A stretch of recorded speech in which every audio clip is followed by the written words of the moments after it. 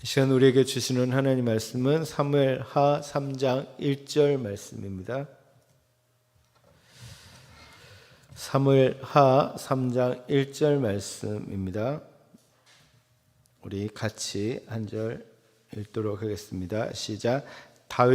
사울의 집과 다윗의 집 사이에 전쟁이 오래매 다윗은 점점 강하여 가고 사울의 집은 점점 약하여 가니라. 아멘. 오늘도 이 자리에 함께 하신 저와 여러분에게 하나님의 크신 은혜가 함께 하시기를 주님의 이름으로 축복드립니다. 오늘 본문은 사울과 그의 세 아들이 죽은 이후에 사울의 왕조가 이제 점점점 약해지는 것과 그 이후에 다윗과 다윗의 왕조가 점점점 강해지는 것을 대조적으로 보여주고 있습니다. 우리가 앞서 살펴보신 것처럼 사울은 이스라엘의 초대 왕, 그러니까 최초의 왕으로 선출되었지만 여호와의 명령을 무시하고 인간적인 방법으로 왕권을 유지하려다가 죄악을 범하여 하나님께 버림을 받게 되었습니다. 하나님께서는 사울을 대신하여 하나님의 마음에 합한 다윗을 이스라엘의 새로운 왕으로 기름을 부으셨습니다. 그 이후에 이제 사울이 죽기까지 흔히 학자들마다 좀 다르지만 13년에서 한 15년 정도 걸렸다라고 봅니다. 13년에서 15년 정도의 세월 동안 사울 왕의 위협을 피해서 다윗은 도피 생활을 이어져 갔습니다. 근데 사울과 다윗은 동일하게 13년에서 15년의 시간을 보내었는데 그 의미가 달랐다라는 거예요. 하나님께서는 사울이 회개하고 돌이켜 이스라엘의 첫 번째 왕으로 사명을 감당하기를 원하셨을 것입니다. 그러나 사울은 그 시간 동안에 하나님을 신뢰하지 못하고 하나님 말씀에 순종하지 못함으로 인해서 오히려 그와 그의 가문이 몰락할 수밖에 없는 그런 명분을 준 시간이 되었다라는 것입니다. 반면에 다윗에게 15년은 어쩌면 다윗의 개인적으로 보면 너무나 힘들고 고통스러운 시간이었을 것입니다. 사울을 피해서 굴로 이렇게 다니면서 얼마나 힘들고 어렵고 또 이방인 그 블레셋 나라에 들어가서 미친 척까지 하는 그런 수모를 당하는 그런 시간이 되었지만 그 시간을 돌이켜보면 하나님 마음에 합한 왕으로 준비되는 시간이었다라는 것이죠. 여러분, 우리가 마음에 합한 자라는 그런 말이 그 다윗에게 가장 어울리는 말이고 하나님께서 그를 그렇게 평가해 주셨습니다. 근데 이 마음에 합한 자라는 이 말을 영어 성경에 보면 내 마음과 닮은 혹은 맞는 사람, 그리고 다른 뜻으로는 내 마음을 쫓는 사람이라는 의미를 가지고 있습니다. 그러니까 어떤 사람인데 하나님의 마음을 뒤쫓아가는 사람, 그것이 하나님 마음에 합한 사람이라는 거예요. 그러니까 그것이 다윗이었다는 거예요. 그러니까 다윗의 삶을 보면 하나님의 마음을 따라가는 거예요. 하나님의 마음. 하나님께서 이런 마음을 가지고 있다면 그 마음을 다윗은 따라가는 거죠. 그것이 하나님 마음에 합한 자라는 의미를 가지고 있습니다. 또한 다윗은 유다 광야와 모압 그 블레셋 땅을 전전하면서 여호와 하나님만을 유일하게 섬기는 왕으로 되는 그 법을 배웠다라는 거예요. 그러니까 하나님의 마음에 합하였을 뿐 아니라 하나님만 섬기는, 하나님이 유일한 왕이다라는 것을 배우는 시간이 되었다라는 거예요. 그러니까 동일하게 같은 시간을 보냈는데 어떤 사람은 사울에게 있어서는 그것이 그냥 몰락해가는 시간이 되고, 그러니까 어떤 사람에게 다윗에게 있어서는 왕이 되는 시간이었다라는 거예요. 여러분, 우리도 동일하게 같은 시간을 보내고 있습니다. 그러니까 여러분에게 그 시간이 어떤 의미가 있는지 우리가 생각해 봐야 된다는 거예요. 우리가 그냥 단순히 그 시간을 보내고 있는 건지, 아니면 이 시간 동안에 내가 점점점 더 성숙해져 가고 있고 점점점 하나님을 닮아가고 있고 하나님을 섬기는 자로서 되어 가고 있는지, 아니면 하나님과 더 멀어져 가는 시간인지 우리가 돌아봐야 된다는 거예요. 여러분, 우리에게 동일한 시간을 주었습니다. 또 어떤 사람에게는 그 시간을 잘 보내는 사람이 있고 어떤 시간은 그냥 허비하는 사람이 있다라는 것입니다. 여러분, 우리의 시간이 정말 하나님과 더 가까이 가는 시간, 더 성숙해지는 시간이 되시기를 주님의 이름으로 축복드립니다. 그러니까 사울과 다윗의 그 시간이 달랐다라는 것입니다. 지난 시간에 우리가 살펴보았듯이 사울과 그의 세 아들은 블레셋과의 전투에서 패하여서 길보아 산에서 비극적인 죽음을 맞이했습니다. 오늘 본문은 그 이후의 사건을 다루고 있는데 1장은 다윗이 사울의 죽음을 어떻게 다루는지를 잘 보여주고 있습니다. 네, 이것은 그가 하나님 마음에 합한 자, 그리고 하나님을 유일한 왕으로 섬기는 왕으로서의 모습이 어떠한가를 잘 보여주고 있습니다. 그러니까 그가 하나님께 합한 자라는 말을 듣고, 그리고 하나님께서 세운 왕이라는 것, 하나님이 정말 원하시는 왕으로서의 모습이 어떠한가는 것을 우리에게 보여주고 있는 것입니다. 사울과 그의 아들들이 길보아산에서 죽음을 맞이했을 당시 다윗은 부하들과 함께 블레셋의 시글락에 잠시 머물고 있었습니다. 시글락은 그들의 본거지였지만 잠시 비어둔 사이에 아말렉의 공격을 받아서 약탈을 당하고 가족들이 포로로 잡혀가게 되었습니다. 다윗은 아말렉을 추격하여서 포로로 잡혔던 가족들을 구출한 후에 휴식을 취하고 있었습니다. 이때 아말렉 병사 한 명이 사울의 진영에서 도망쳐 나와 다윗에게 접근을 합니다. 그는 블레셋과의 전투에서 이스라엘이 패하고 사울과 그의 아들들이 죽었다는 소식을 전합니다. 이 아말렉 병사는 우연히 중상을 입고 고통 속에서 죽어든 사울을 목격했다라고 말하고 있습니다. 사울 왕은 그에게 죽여달라고 요청했다라고 그는 진술합니다. 그리고 아말렉 병사는 사울 왕이 생존 가능성이 없다라고 판단해서 그를 죽이고 사울 왕 머리에 있는 왕관과 팔에 차고 있는 고리를 빼앗아서 다윗에게 가져왔다라고 말하고 있습니다. 그러니까 사실 이 아말렉 병사의 입장에서는 기회를 잡은 거예요. 그러니까 다윗과 사울의 관계를 알고 있었다는 거예요. 그래서 이 사울이 죽었다는 소식을 가지고 다윗에 가면 다윗이 분명히 좋아할 거라고 생각했다는 거예요.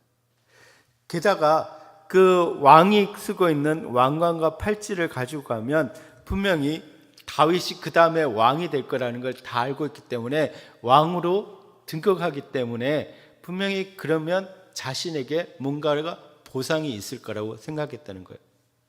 그런데 문제는 아말렉 병사의 이러한 보고가 앞서 우리가 살펴본 사무엘상 31장과의 내용과는 완전히 차이가 있다는 것을 우리가 볼 수가 있다는 거죠.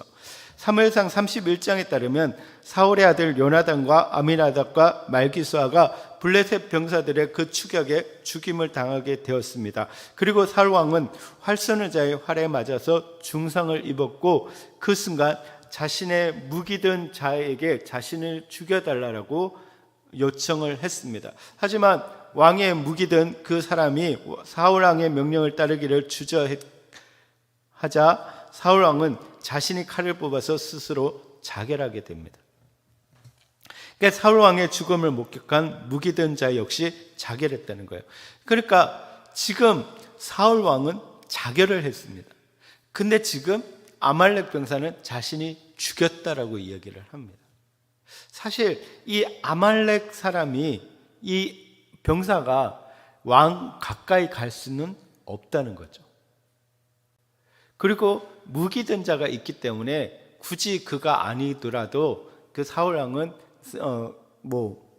죽을 수 있는 그런 상황이었다는 거죠.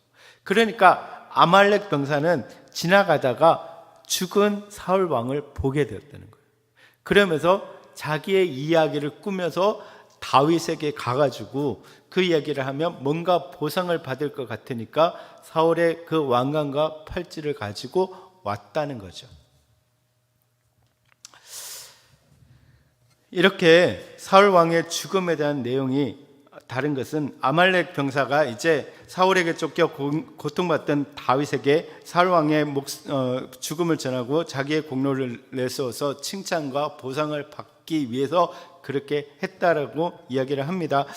근데 물론 시편 59편을 우리가 보듯이 다윗은 사울에게 좋지 않은 감정을 가지고 있습니다. 하나님, 저 원수를 갚아주십시오라고 할 정도로 원수였다는 거예요. 생각해 보십시오. 그러니까 13년에서 15년을 쫓겨다녔잖아요. 죽이려고 쫓아다니고 있잖아요. 그러니까 좋지 않은 감정을 가지고 있었던 거야 분명했다는 거예요. 그런데 다윗은 하나님께서 기름 부으신 왕을 죽이는 것은 결코 용납할 수 없었다는 거예요. 그렇기 때문에 지금 아말렉 병사가 사실 다윗의 입장에서는 거짓말을 하는지 모른다는 거예요. 그런데 그럼에도 불구하고 그가 하나님께서 기름 부어 세운 왕을 죽였다는 그 이유로 아말렉 병사를 처형하게 됩니다. 여러분, 이렇게 다윗은 사울을 죽일 수 있는 기회가 2번이나 있었음에도 하나님을 중심으로 살아갔기 때문에 그 아말렉 병사의 이야기에 흔들리지 않고 자신의 그 중심을 이어갔다라는 거예요. 그는 자기 감정보다 뭘 생각했습니까? 하나님의 입장에서 하나님의 뜻을 이루기를 원했다라는 거예요. 뒤에 보면 사무엘하 4장에 보면 사후에 그 사울의 군 사령관이었던 아브넬과 함께 이스라엘을 재건하려고 했던 사울의 아들 이스보셋이 그 레갑과 바나라는 군 지휘관들에게 살해되고 이스보셋의 머리가 다윗에게 전달되는 것을 볼 수가 있습니다. 이때 레갑과 바나는 다윗에게 상을 받을 것이라고 기대했지만 다윗은 그들에게 상을 내리는 대신에 의인을 침상에서 죽인 죄인으로 정죄하여서 처형하는 것을 볼 수가 있습니다.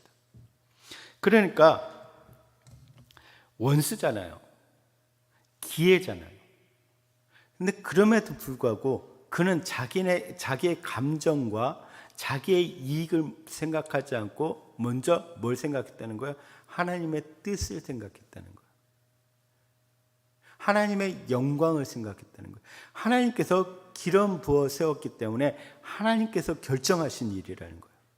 그렇기 때문에 이 부분은 하나님이 하실 일이지 자기가 할 일이 아니라는 것이죠. 내가 손해보고 내가 힘들다 할지라도 하나님의 뜻을 거역하지 않는다는 거예요. 이게 하나님의 마음에 합하고 하나님을 왕으로 섬기는 자의 모습이라는 거예요. 다윗이 다윗 되는 모습이 바로 이러한 것에 있다라는 것입니다. 여러분, 우리의 감정이 상할 수 있습니다. 또 우리가 때로는 손해볼 수도 있어요. 그래서 억울할 수 있어요.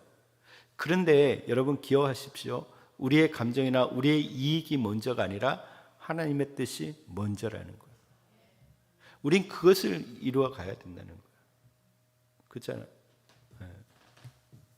여러분, 그것이 하나님 마음을 따라가는 그런 모습이라는 것이죠. 그러니까 다윗이 그 뒤에 보면 허물이 많은 사람이었어요. 그럼에도 불구하고 하나님께 인정받고 역사상 가장 위대한 왕으로 인정받게 된 이유가 여기에 있다라는 것이죠. 또한 보면 다윗은 사울과 요나단의 죽음을 슬퍼하면서 직접 애가를 지어서 사울과 요나단을 조문하고 온 유다 족속에게 가르쳐 노래했을 뿐 아니라 야살의 차례에 활노래라는 이름으로 기록하게 했다라는 것이죠. 그만큼 진심으로 그 죽음을 슬퍼하는 모습을 보여주고 있다라는 거예요. 여러분, 악을 악으로 갚지 말고 오히려 그들을 위해서 축복할 수 있는 여러분 되시기를 주님의 이름으로 축복드립니다. 여러분, 이게 굉장히 어려운 거잖아요. 그런데 그리스도인이 해야 되는 게 이거예요. 원수로 갚는 것이 아니라 원수를 사랑하고 그들을 위해서 기도해 주는 거예요. 때때로 물어보면 왜 그 사람을 미워합니까? 그러니까 원수가 아니기 때문에 미워한대요. 이게 그 말이 아니잖아요, 그죠? 내가 싫어하고 내가 귀찮고 힘들다 할지라도 그 사람을 먼저 기억하고 기도해 주는 거예요. 이게 그리스도인의 모습이라는 거예요. 여러분 잘 알고 있지만 사실 이걸 실천하는 게 쉬운 건 아니에요. 막상 당해보면. 그렇잖아요? 저도 때로는 그래요. 그런 일들을 만나면 되게 싫고 힘들어요. 때로는 막 인형 만들어가지고 볼링을 치면서 그 사람 얼굴을 생각하고. 여러분 볼링이 그것 때문에 나온 거 아시죠? 성직자가 마귀를 생각하면서 굴리는 게 이제 그 볼링이라고 이야기하더라고요. 마귀만 생각하겠습니까? 자기를 힘들게 하는 성도들. 근데 우리가 그럼에도 불구하고 그들을 사랑하고 그들을 섬겨나가야 된다라는 것을 이야기하고 있습니다. 사울과 그의 아들이 죽은 이후에 이스라엘에는 왕도 차기의 왕으로 세워질 왕자도 없는 상태였습니다. 비록 다윗이 차기의 왕으로 기름 부음을 받았지만 그때 당시 이스라엘이 아닌 블레셋 땅 시글락에 머물러 있을 뿐 아니라 남유다 지파 외에 다른 북이스라엘 지파로부터 왕으로 인정받지 못한 상태에 있었습니다. 그러니까 아주 혼란한 그런 상태에 있었습니다. 그렇다면은 다윗의 입장에서는 지금 경쟁자가 없는 상태고 자기의 세력이 커져 있는 상태라면 다윗의 입장에서는 당장 가서 다 평정하고 자기가 왕으로 서면 됩니다. 그죠? 그럴 수 있는 기회라는 거예요. 그런데 다윗은 함부로 움직이지 않는다는 거예요. 그는 지금 상황 속에서 먼저 하나님께 자신의 길을 여쭙고 있는 것을 보게 됩니다. 그러니까 2장 1절에 보면 그 후에 다윗이 여호와께 여쭈어 이르되 내가 유다 한 성읍으로 올라가리까? 여호와께서 이르시되 올라가라. 다윗이 이르되 어디로 가리까? 이르시되 헤브론으로 갈지니라. 여러분 다윗 정도 되면 자기가 그냥 가면 됩니다. 가서 왕이 되면 됩니다.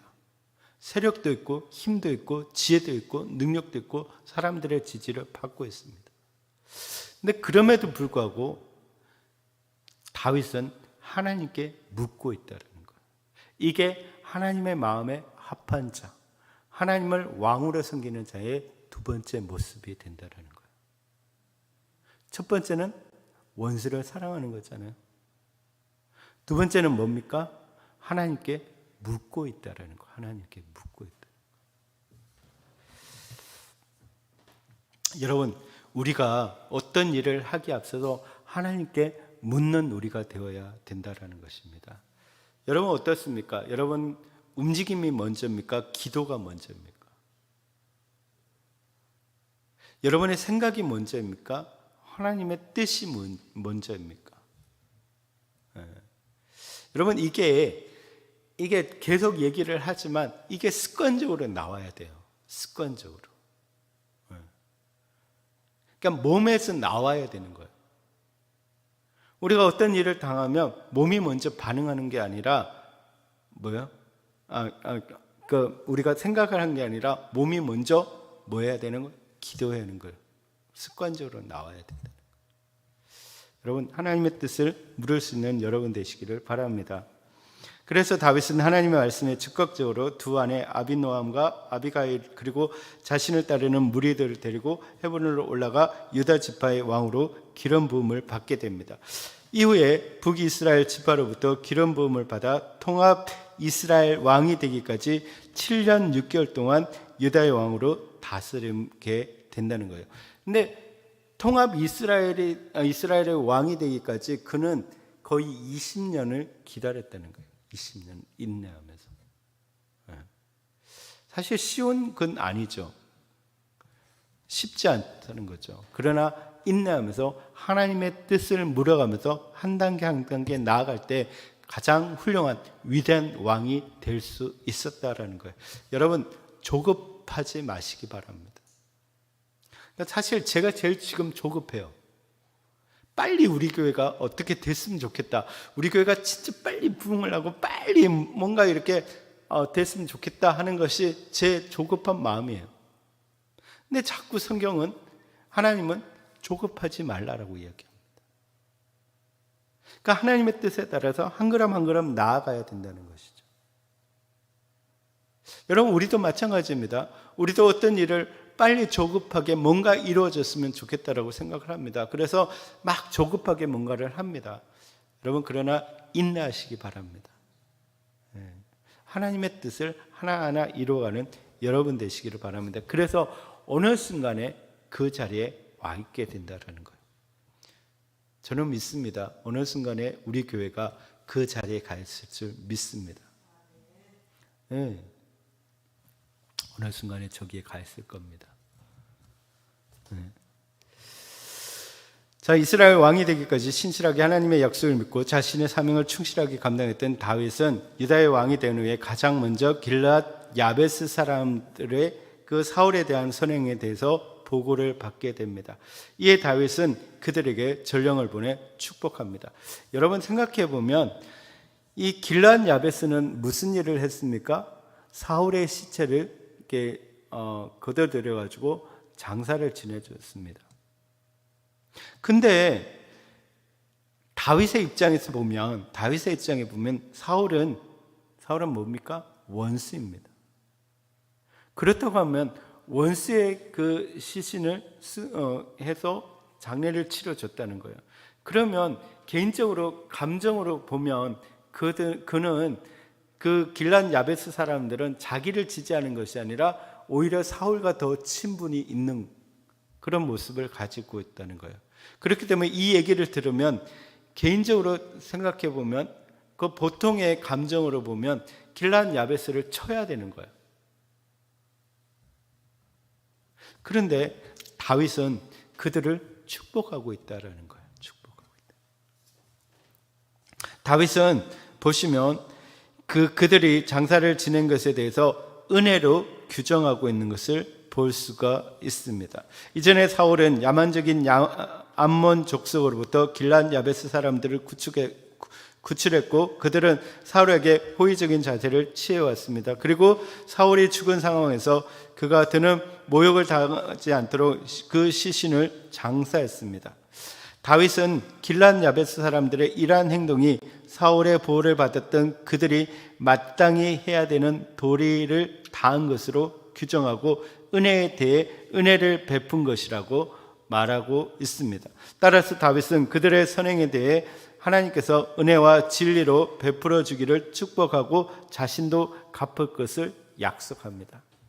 근데 우리가 좀 삐딱하게 보면 사울 편에 있는 길앗 야베스 사람들은 다윗이 왕위에 오른 상태에서 긴장하고 있겠지만 그 다윗이 이러한 호의를 베풀므로 해서 그 긴장 관계를 완화시켰다라는 것으로 볼 수 있습니다. 그래서 정치적인 어떤 모습이 아닌가, 정치적인 행동이 아닌가라고 우리가 이해할 수 있다는 거죠. 좀 삐딱하게 보면.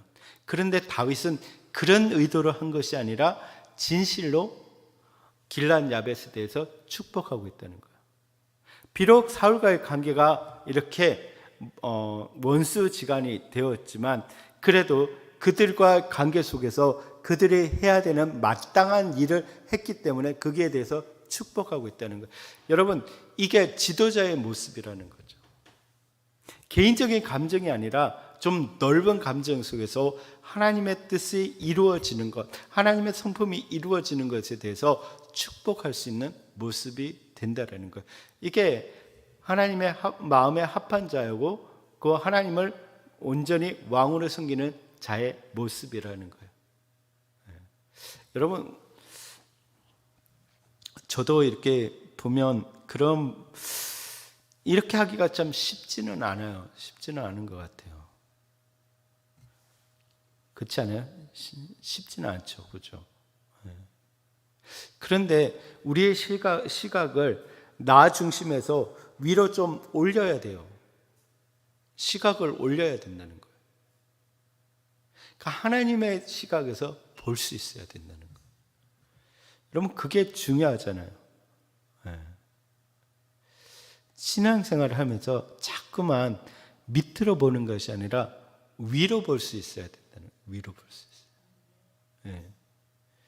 이게 신앙인의 그 성숙된 모습이라는 거예요. 여러분, 그래서 교회 안에서 우리가 공동체 안에서 서로 관계를 하고 있잖아요.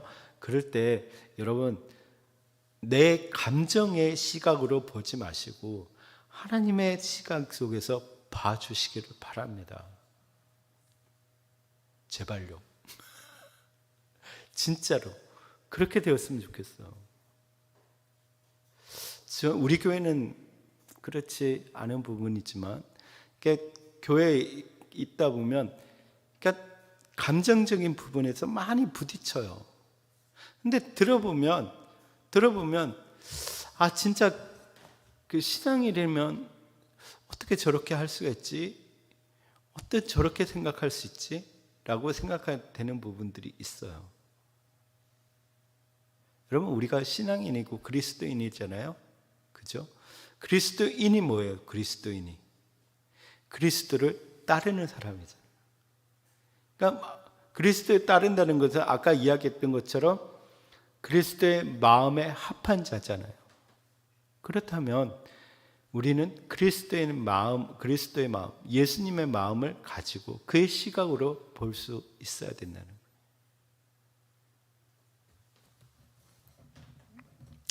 여러분, 그런 모습이 되기를 주님의 이름으로 축복드립니다. 아마 그렇기 때문에 그가 다윗이 이제 왕이 되었을 때 길앗 야베스의 마음을 얻을 수 있었다는 거예요. 결과적으로. 계속해서 보시면 성경의 시선이 북이스라엘에 세워진 또 다른 왕에게로 돌리게 됩니다. 이제 다윗의 이야기에서 사울가의 이야기로 바뀌어지는 것을 볼 수 있습니다. 사울의 아들들 가운데 이스보셋이 살아남게 됩니다. 사울의 군사령관이었던 아브넬은 이 이스보셋을 데리고 요단 동편 블레셋의 영향이 닿지 않는 마하나임 지역으로 건너가게 됩니다. 이스보셋은 그곳에 머물면서 길앗과 아슬과 이스라엘과 에브라임과 베냐민 그리고 온 이스라엘의 왕이 되었습니다. 그런데 흥미로운 것은 2장 10절을 보시면 사울의 아들 이스보셋이 이스라엘의 왕이 될 때 나이가 40세이며 2해 동안 왕위에 있으니라. 그러니까 겨우 2년 왕이 되었다는 거예요. 왕이 된 이스보셋에 대해서 두 문장으로 요약하고 있는데, 하나는 이스라엘의 왕이 될 때 그의 나이가 40세였다는 거고 겨우 2년 동안 왕위에 있었다라는 사실입니다. 그런데 11절은 왕이 된 다윗에 대해서 다윗이 헤브론에서 유대 족속의 왕이 된 날의 수는 7년 6개월이었더라라고 말하고 있습니다.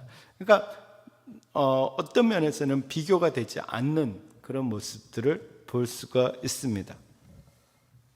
계속해서 12절 이하에서는 이스라엘의 왕이 된 이스보셋을 왕으로 세운 군사령관 아브넬과 유다의 왕이 된 다윗의 군대 장관인 요압이 기브온에서 전투를 벌이는 것을 기록하고 있습니다. 여기서 우리가 주목해야 되는 부분들은 뭐냐 하면 아브넬의 모습과 요압의 모습 그리고 아비새의 모습이라는 거예요. 근데 요압의 모습은 그러니까 실질적으로 북이스라엘의 권력자가 되어 있는 요압, 그 아브넬, 그 아브넬이 실질적으로 그 이스보셋을 통해서 권력을 잡고 있는 그 모습을 우리가 볼 수가 있다라는 것이죠. 근데 그건 뭐냐 하면 이 사울 왕과 그 가문이 정말 점점점 몰락해서 결국은 허수아비에 불과하다라는 것을 보여주고 있다는 거예요. 그런데 반면에 요압과 아비새는 다윗에 대해서 충성을 다하는 모습을 보여주고 있다라는 거예요. 그러니까 동일하게 그 부하를 두고 있지만 다윗의 부하들은 충성을 다하는 부하들이었고 또 사울의 부하들은 권력의 욕심에 사로잡혀 있는 모습이라는 거예요. 그러니까 결국 전쟁을 계속해서 남유다와 북이스라엘이 전쟁을 하지만 어떻게 됩니까? 점점점 북이스라엘은 쇠퇴해질 갈 수밖에 없고 남유다는 계속해서 강성해질 수밖에 없다라는 거예요. 그래서 다윗의 집과 사울의 집을 비교하는데 다윗의 집은 점점점 강성해지고 사울의 집안은 계속해서 몰락해 가는 것을 볼 수가 있다라는 것입니다. 여러분, 우리가 하나님 편에 서 있으면 하나님께서 우리의 편에 서서 우리에게 사람을 붙여주신다는 거예요. 그런데 우리가 하나님과 멀리 떨어져서 인간적인 방법으로 하면 결국은 인간적인 생각을 하는 사람들이 붙을 수밖에 없다는 거예요. 그래서 결국은 무너질 수밖에 없다라는 것을 성경은 보여주고 있다라는 것입니다. 여러분, 우리가 정말 하나님 편에서 서서 하나님께 더 가까이 가기를 바랍니다. 자꾸 세상을 쫓아가고 세상의 물질과 세상의 힘과 세상의 권력을 쫓아가기 시작하면 그거는 모래를 내 손에 붙잡는 거하고 똑같다는 거예요. 뭔가 잡은 것 같지만 아무것도 없다는 거예요. 근데 우리 오히려 그것을 쫓지 않고 하나님을 쫓아가면 하나님께서 모든 것들을 채워주신다는 거예요. 이게 중요하다는 거예요. 여러분, 우리가 다윗의 모습과 사울의 모습을 우리가 바라보면서 여러분 어떤 길을 걸어가고 있는지 또 여러분의 상태는 어떠한지 한번 생각해 보는 시간이 되기를 바랍니다. 여러분은 지금 점점점 강성해지는 거 있는지 아니면 점점점 몰락해 가고 있는지 우리 자신을 돌아보면서 하나님 마음에 더 합한 자가 되는지 아니면 하나님과 멀어지는 자가 되는지 우리 자신을 돌아볼 수 있는 시간이 되시기를 주님의 이름으로 축복드립니다. 그래서 물론 우리가 지금 경제적으로 되게 어렵고 물질적으로 어렵기 때문에 물질을 우리가 돈을 벌고 물질을 하는 게 중요한 일이긴 하지만 우리에게 가장 중요한 일은 하나님을 찾는 것, 하나님 앞에 더 가까이 가는 것입니다. 우리가 기억하면서 그러한 여러분들이 되시기를 주님의 이름으로 축복드립니다.